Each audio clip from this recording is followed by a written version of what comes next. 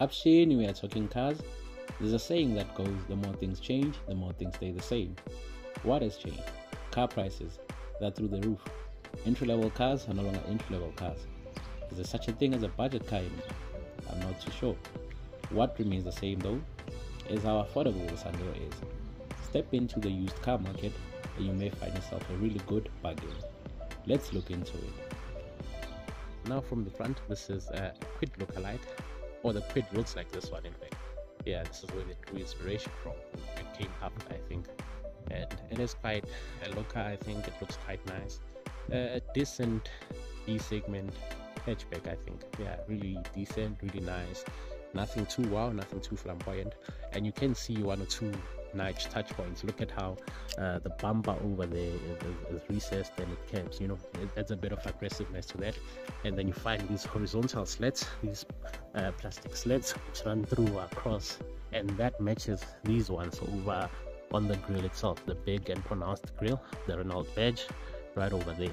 And from this area you also do find your fog lamps, and which aid with lighting and so forth. You know, in misty conditions, nighttime driving makes it a pleasure to use. And this is it from the front. Nothing too fancy. I think it looks really nice.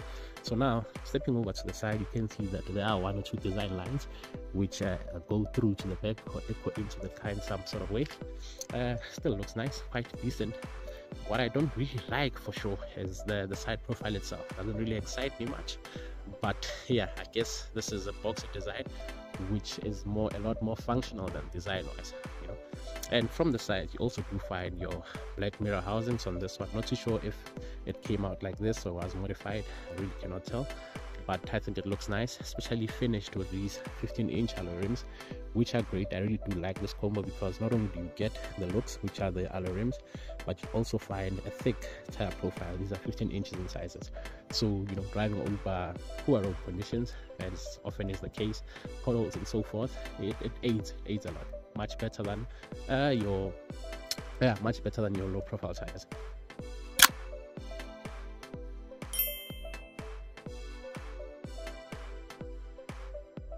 Now looking at it from the rear, I think it looks really nice, especially compared to the side profile. The side, it looks quite bland, doesn't really excite me or invoke any feeling at all. But from the rear, things start to get a bit more interesting, and if you look at it for a long time, then it even starts becoming cuter and nicer. So you can see these boxy tail lights, and right next to it you find this turbo monitor, which then reminds you that it's really big and powerful. I'm kidding, in a really small turbo plant. This is a 900cc engine, and it is just slightly less than a 1 liter engine, but it's turbocharged, so plenty of power, I guess, in that sense. So this is the Sandero, and you can see that the badging is also there. It's quite big, it's quite distinct, it shows. And one thing that I need to highlight is that to open or access the boot area, you still use a manual key, then you put it over there and unlock. So that is a bit of a bummer, I guess, but also there is a button to use from the inside. I like it, I really do like it from the rear. I think it looks really cute, it's really nice. So there isn't too much going on from this area. You do find the rear wiper, of course, which then helps in like rainy conditions, but apart from that, there is no PDC or any of those tech features. It's just a basic good looking rear. Now from the inside, this is what the interior actually looks like. I think it looks quite decent. The seats have a lovely pattern to it, and I can happily report that they are quite comfortable. So yeah, as you can see that the adjustments are quite French-like, if I may say that. So to pull it up, go up and down, this is what you use. And then on the other side, to then bring it forward or backwards, this is the lever that you use. Quite interesting that I must point out. So right over here, because this car is a bit well equipped compared to the others, you can adjust your side mirrors over there. This is your eco button, of course. And yeah, let's step inside. Let's start with the crazy interior. So I found out one or two things which are quite interesting for me. So number one, even if you press as hard as you can, this will not do anything. This is not a bell. The bell is on the side. That's where your bell is at. Interesting, right? And then these buttons over here, you'd think that this is where you adjust your radio volume up or down. No, not at all. This is for your cruise control. Where you adjust that is over here. Right? Hopefully you can pick it up. So this would be your minus, your plus, your mode, and so forth. Now across the front of the dashboard itself, or the dash area, let's start with the radio, right? The infotainment. Do we still call it an infotainment screen? Not too sure. So with the radio itself, you get an aux output, a USB port, and it does support Bluetooth. So you can really play nice music from your phone or your device. Great. Now onto these air conditioning vents. I really do prefer and like this one. Doesn't really look that nice, but it's at least a lot more functional compared to all the other traditional ones, because you can swivel it, right, as you wish, and direct it to wherever you want the airflow to go. Now down here is where you get your manually adjustable air conditioning controls, and which also feature a rear window demister, which is quite significant in this segment. Now one thing that is very interesting for me are these controls. This is where you control this is where you open and close your driver's window. This is where you activate on or off your cruise control and speed limiter. This is where you lock the windows, and this one is for the passenger. So notice that there isn't anything where it would normally be placed, which is quite it's an interesting quirk, but I think it makes a lot of sense, and I'll break it down later. On this area over here, the opening is quite deep. You can put a number of items, and yeah, I really do like this part. One other thing that I do like about this interior is how solid it feels, so like I'm pushing, I really am trying to break this whole thing, but it's not budging, not doing anything. You'd swear that a bunch of bricklayers were layering this thing. There's a bit of cement somewhere, because it's not budging. It really is that steady. And of course, on top there is a bit of space which is recessed, so yeah, if you don't mind your phone melting, you can always put it there. So yeah, this is the front overview part of it, I think. And then yeah, what else do we get? What else? Am I missing something? No, I'm not. Now down over here, there is a 12-volt power supply, and then these two small cup holders. I don't know if they are things to then hide the screws, and space for maybe your wallet, like mine. This is a 5-speed manual gearbox, traditional handbrake. One other interesting thing that I saw are these window controls. These are for the rear passengers. Now from the back, this is quite iffy to use, but in this segment, I think this is the best compromise. Instead of not offering you any electronic adjustments, I'd rather wire it down through this tunnel, so make it cheaper to manufacture and equip the car with, and the customer then gets to benefit, which is great, which is dope. Now something that is also quite dope in this segment are these adjustments for your seatbelt. They are housed over there, and push it up and down, which is great. Now from the rear, same treatment as the front really. The plastics are still hard to touch and quite functional, I guess. And yeah, this area, nothing is heavy.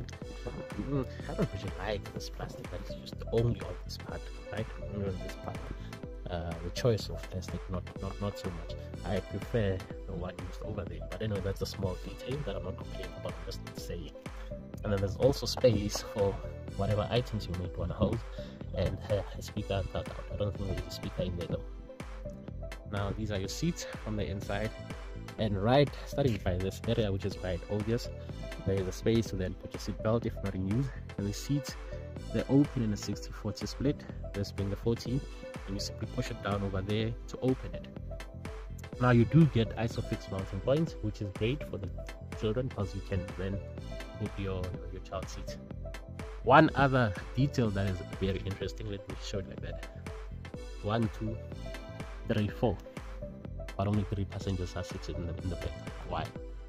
You then find this very interesting seat middle what do I call it, seat belt for the middle passenger. So you pull it just like that, right? And then you start. This is where you clip it in, just like that, right? Now the left part of the seat belt is still missing, and then you pull it. Obviously you should be seated inside, and you plug it in there. How French is that? Huh? How flamboyant is that? Yeah, interesting, bizarre. Do I like it or not? I think I do like it. I think I see why it's in there. It functions, it works as it should. Now your parcel shelf is also divided into 2 areas, you know, so you can also put a box of tissues over there or something, which is just add a bit of functionality to it. Now something I didn't really expect in this segment as well is pockets on your rear seats. Yeah, interesting. Now sitting inside the car, yeah, I did mention from the front that this is where you open your windows, which is slightly tricky for the rear passengers, but it makes a lot of sense once again. So to cut cost, it would, yeah, I'd rather put your wiring all the way through from that end and simply extend it to there, so that all the passengers can open the windows electronically, including the driver as well. So if you sit on this seat and you want to open there, it's quite easy for you to do. But if you get manual controls for the rear seats, it also limits you in terms of opening the window if you just alone as a driver.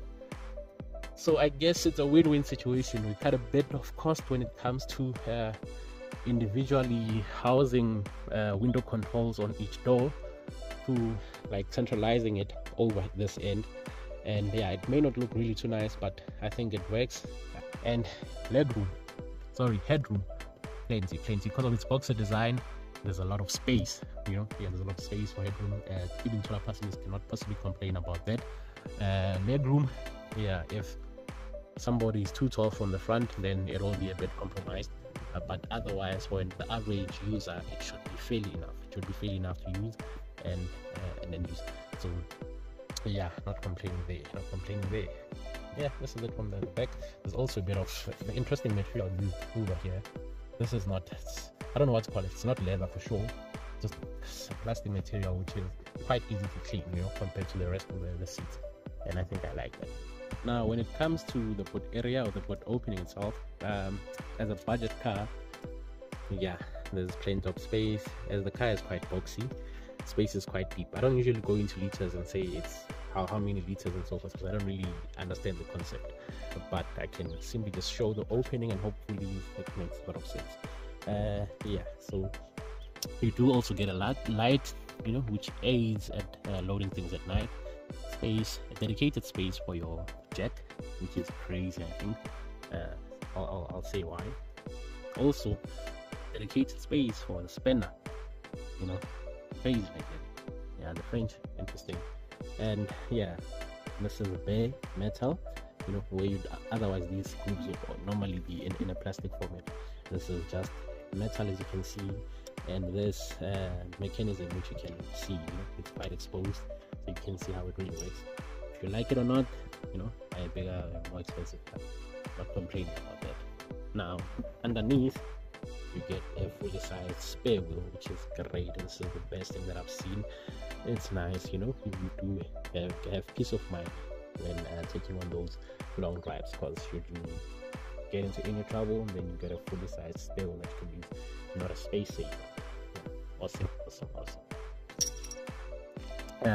Back to cost cutting, you can also see, you know, metal is exposed, and just a bit of plastic to then probably hide this motor and so forth. This is where you can also this will also works as a grab handle. You can pull it to then close the boot. This is it for the boot area. So the Renault Sandero features a very interesting cruise control system, one that I am learning or getting into gripes with right now, and I think I like it. In fact, it possibly is one of the most intuitive ones I've ever come across, because to set the speed, you would press this button over there. Okay, right now we're doing speeds of like 90. You know, the French do things in a weird way, hey? This one, as most cars do, they reach speeds between 20, 40, 60. This one is an odd number, so 10, 30, 50, 70, which is, you know, it's a bit mind-boggling at first. I'm still not used to it because I just got the car. So anyway, we're on the highway right now, and we're doing speeds of 90, 95 or so. Yeah, so we're just gonna set the cruise control to 100. It's now set to 100. It says 106 on the digital speedometer over there on the right hand side. Now I can either accelerate using this part over here or decelerate using this one. Yeah, I don't know what that second word means. I don't know if I said it correctly, but who cares? Let's accelerate from 190 to 110, and then the car will accelerate in accordance to that. Now, the feature that I like the most is that you can also minus the speed, or or decrease your speed. So you press on this minus side. Right now it's set to 110. Are we even doing 110? Yes, we are. Let's go back to 90 maybe. And okay, it can only do. Can it do 90? No, yeah, it possibly can. It's sitting at 90, but I'm holding at traffic, so I'm gonna quickly speed up to 120 once again, so that they don't swear at me. And for this type of cruise control and this type of car, wow, I think it is brilliant. I am very impressed with it. I am singing it praises. Interesting. Yeah, very interesting. And let's talk about NVH levels. For a car in this segment, I am also impressed. There's a bit of wind noise coming through. It feels like it's on the what do you call this thing once again? This is somehow, but it is a pleasurable experience. I am thoroughly impressed with this car. I honestly had doubts when picking it up. I didn't think it would impress me in any way. I thought, just one of those good cars or okay cars. But performance wise, wow.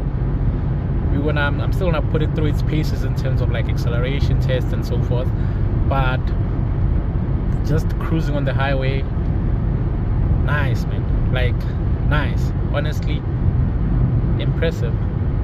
Yeah, I should stop underestimating certain cars. Even though they look boxy and dated, they still do work. So yeah, as I was singing its praises, giving credit where it's due, you can hear wind noise for sure, but it's not bad. I can live with it. And at national speeds, it's livable. It's okay. It's comfortable. The seats are amazing. The car is absorbing imperfections like nothing. Like, it's perfect.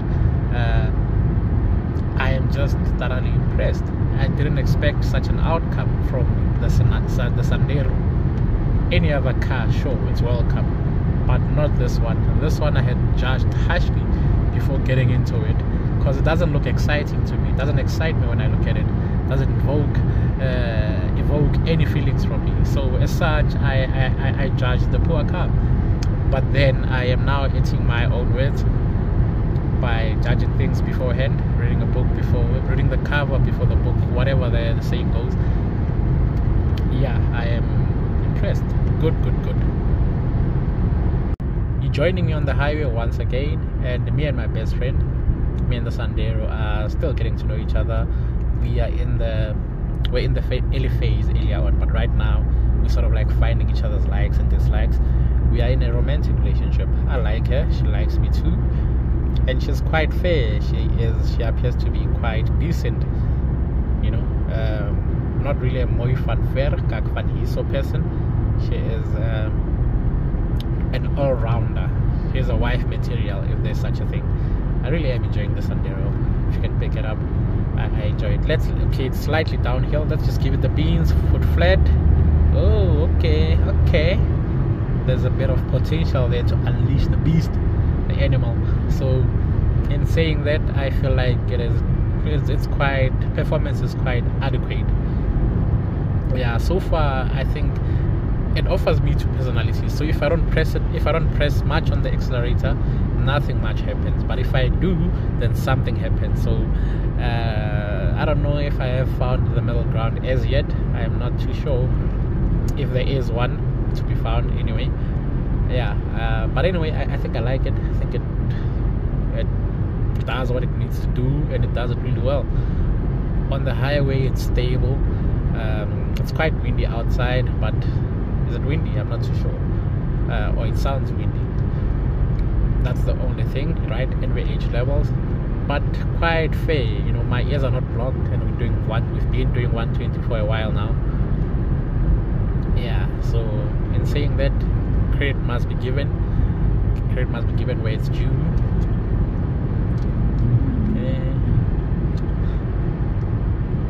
Okay, going uphill. Let's now give it the beans. Give it to me, Sandero. Give it to me.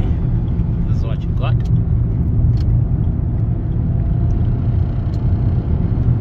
Okay, interesting. Give it to me, Sandero. Give it to me, give it to me. Wow, wow. Breaking records here. This must be noted in the Guinness Book of World Records. The Sandero is going uphill like it is nobody's business. It is picking up, and do you see how I left that eye gap? Okay, 1, 2, 3, go.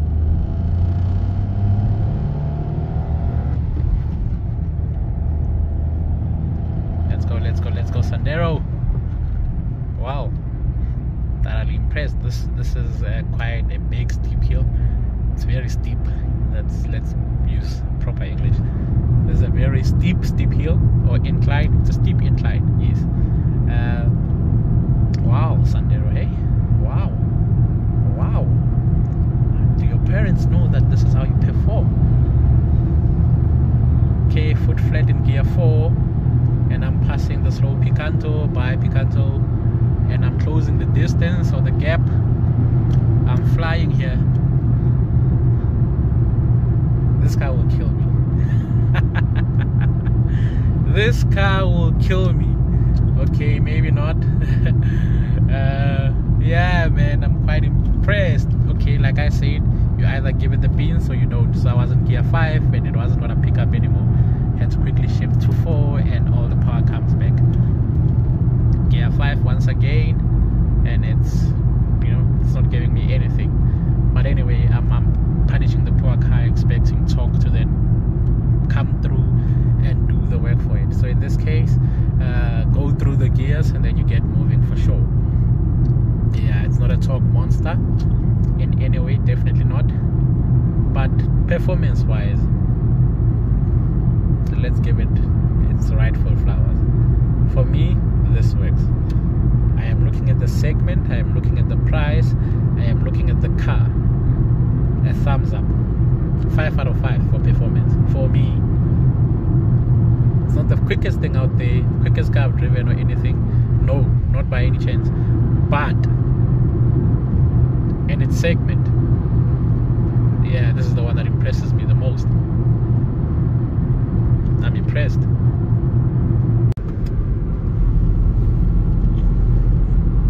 Now, out on the open road in the Sandero, it feels nice to drive. Everything else, we're not really gonna mention things like how direct the steering feel is. Even though it is quite or slightly heavier than average, it's not bad.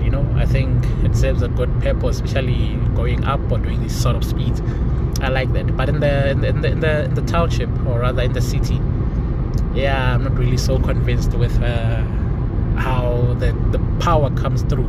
It is quite delayed, so it's always sitting at like you get maximum torque from 2.5 RPMs, and yeah, if you really, so it means revving out the car to just get going, to get anywhere, rev it up. You may like that, you may not. I particularly don't. I do prefer a bit of torque down low. So yeah, to get moving, to be honest. But anyway, it's quicker than the competition, that's for sure. So depending on your driving style, that may not be an issue for you. But for me, a bit of turbo lag.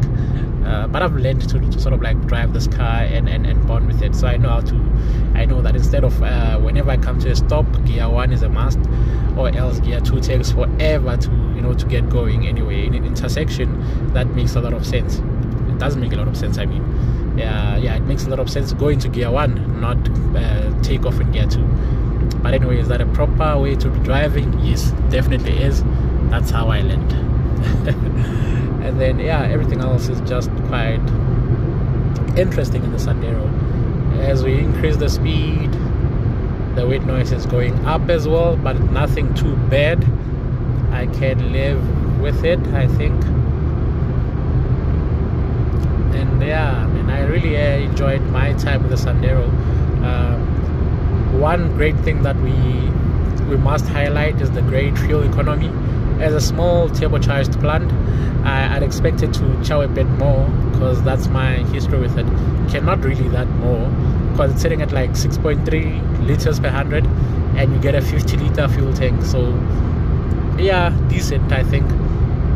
Decent, not too bad. Would have been a bonus if it were around the 5-liter per 100 range. But then in order to get somewhere quickly, you must always sacrifice a bit of power, right? You must always sacrifice a bit of power, a bit of petrol to get somewhere.